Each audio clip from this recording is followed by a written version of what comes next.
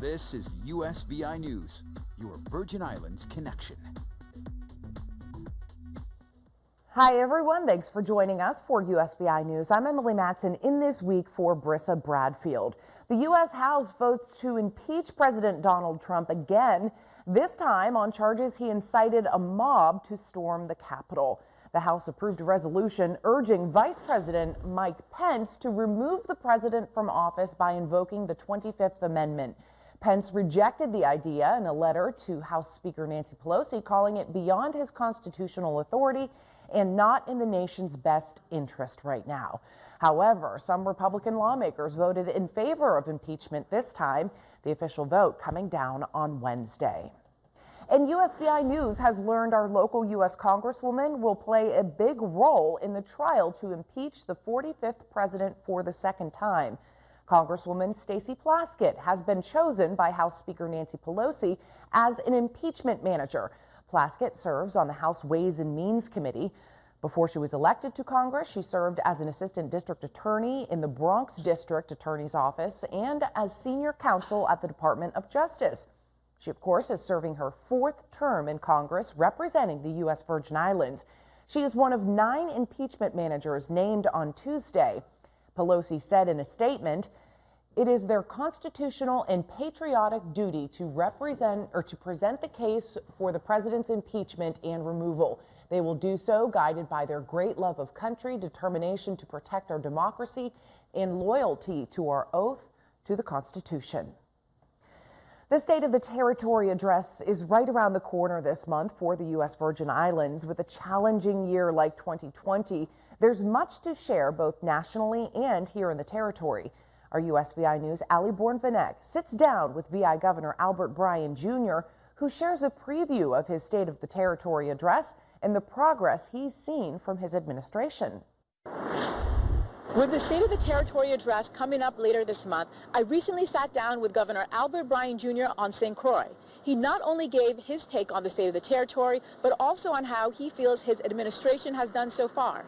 We covered many issues, from the financials, WAPA, tourism, and health. Have a look. When it comes to midterm here, how do you feel about the progress of your administration so far? Well, I never feel like I've done enough. You know, I always question myself nightly, you know, what else can we do? But I think we've done what we set out to do. 2 years ago, I told the Territory I wanted to restore the government's trust and create transparency. And then I wanted to take that transparency and get more investment, whether federal or local. And then thirdly, take that investment and reinvest in our people. When you look at the last 2 years, we've paid off WAPA. We've made sure that we kept up on income taxes, $65 million last year, the largest income tax payment in the history of the Virgin Islands. We've been good stewards of our GRS fund in terms of paying. I think people forget the circumstances which we were under the last administration. People trust what I say. I don't think there's a lot of disbelief in anything. I have to say I've gained a reputation as a straight shooter. We have all the information online now, whether it's how much people are getting paid, vendors.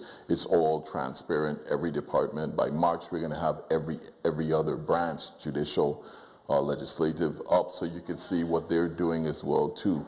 So on a whole, bringing transparency and trust is evident there, because we've been able to straighten out also all the federal mess that was created before we took office.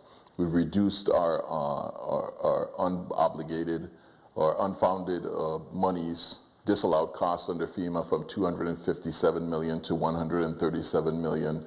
We just got another $90 million for our STEP program, which, you know, there's over $700 million that we hadn't paid, and we're hoping to have the rest done by March. So we've put in the Office of Disaster Recovery, which straightens out our federal money and creates structure. So a lot of things that we have done has been cleaning up the mess that was there for a number of years. And then when you move on to attracting new investment, our marine industry is booming. Our tourism industry is ways ahead of the rest of the Caribbean in terms of people coming. Our finances are up, gross receipts over 40%. So we are attracting new money from different places. People are looking at our hotels, investment, real estate is up. People are moving to the Virgin Islands. And then lastly, invest in our people. We're just about to launch a 400 jobs program, on-the-job training to get people back to work. And while COVID has been delayed a lot of the progress that we had hoped to make this year, in other ways we really made leaps and bounds, specifically education. We have an online education system now. Who would have thought within 2 years of me taking office, whether by force or by choice, every student in the Virgin Islands will have a laptop. Our free internet is now in the progress of having more access, not only in communities and housing communities, but in our downtown areas, libraries, given free wireless access. So pretty good progress, I would say, for 2 years. We haven't licked the GRS problem. We had a really good proposal before the Senate where we'd have dumped $400 million over the next 10 years and $255 million in the first 3 years. And up to now, I really can't understand the real hesitation, because there is no other plan. No one has proposed anything. This would have been the largest drop in our GRS system ever by any governor, and it's the greatest attempt to do so, and we just don't have the willingness of the legislative body. I think that's the place where we have hurt the most. And we'll have more from Governor Bryan as we dive deeper into the issues from COVID, education, GERS, and what could be in store for the territory with Democrat President-elect Joe Biden and the Democrats in control of Congress. For USVI News, I'm Ali Born-Vanak. A lot to pack into the state of the territory. Thank you for your report, Ali, and looking forward to other reports moving forward ahead of that state of the territory address. Certainly a tough year in 2020. Interesting to see how the island is moving forward. Now to Puerto Rico. Well, it may have its best shot at becoming a state, but things are still a long way away from that dream becoming a reality. Our Washington correspondent Matt Knadler explains what to watch for as this new Congress begins. With Democrats now controlling the U.S. House, Senate, and the White House, there is a chance for not one, but 2 new states to enter the Union.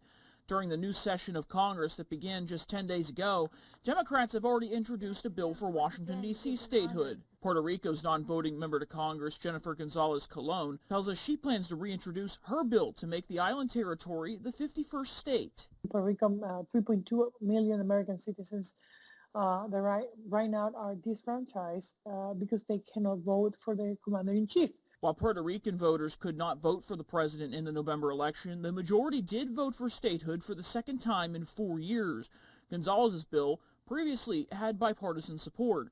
Incoming Senate Majority Leader Chuck Schumer had previously suggested he would support Puerto Rico statehood, a major change after Republican leaders rejected the idea for years. The process is different.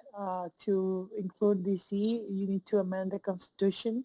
In the case of Puerto Rico, it's just a simple bill that it needs to be passed in the House and the Senate and signed by the president. While the path to statehood appears easier, Gonzalez fears politics could get in the way once again. D.C. statehood would create 3 new members of Congress, likely all Democrats, but she is a Republican, and it's unclear exactly which party Puerto Rico's other new federal lawmakers would be, creating less of an incentive for current Democrats to lose control of power on Capitol Hill with razor-thin majorities in both chambers. So one thing is what they say in campaign, and the other one is what actually is happening. States have traditionally entered the Union in groups of 2 or more, meaning that if lawmakers approve D.C. statehood, that puts increased pressure on them to approve Puerto Rico's as well.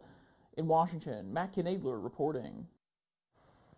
A look at your local forecast is straight ahead, along with the latest details on the COVID-19 vaccine. Ahead, hear from an island doctor who explains more about the vaccination process, what you need to know when USVI News comes right back.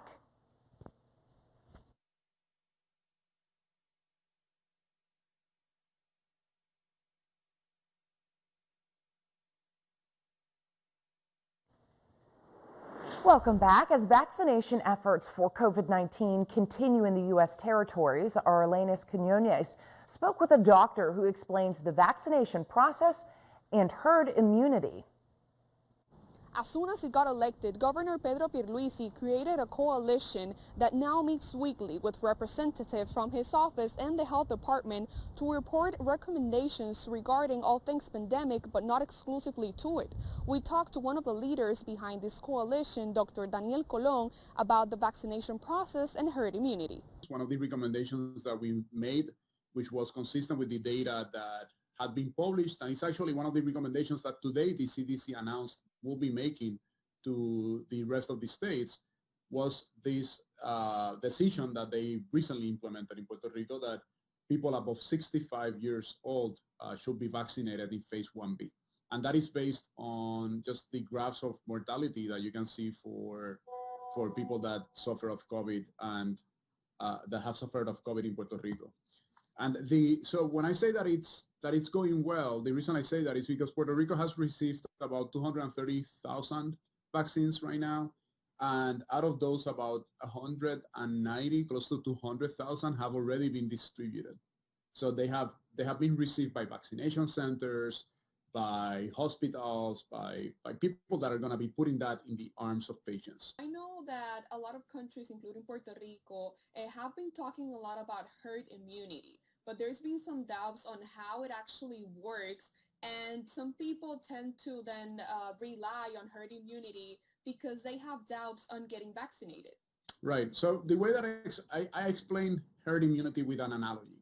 So let's say that you're trying to start a fire and you have a bunch of like dry grass to start a fire with. If all of that grass is dry, then the fire is going to be easy to start. Now let's say that you have 20% of that grass is wet. Then it's a little harder. If 70 or 80% of that grass is wet and about 20 or 30% of it is dry, it's really hard to start a fire. Now let's change the grass in that analogy with people and the fire with the virus. If no one has immunity and the virus comes in, it's going to spread like wildfire. It's going to burn everything. It's going to burn the whole city down, which is what has been happening. As you amount immunity, it's harder and harder for the virus to spread. Not because there are not people that are vulnerable there, but because there's so many people that are not, that they start protecting the people that are vulnerable. The magic number for how many people need to be immune to the virus in order to have herd immunity varies. And for this virus is not known because it's a new virus, but it's estimated to be between 70 to 80%. Colón did point out that the data entry of the vaccines already administered has been a challenge and it can be improved, but the National Guard already seemed to acknowledge this fact and promises to be working on it. Reporting from Puerto Rico, Alanis Quiñones. Great report. An interesting analogy with the fire and the wetness of the grass. That makes a lot of sense there.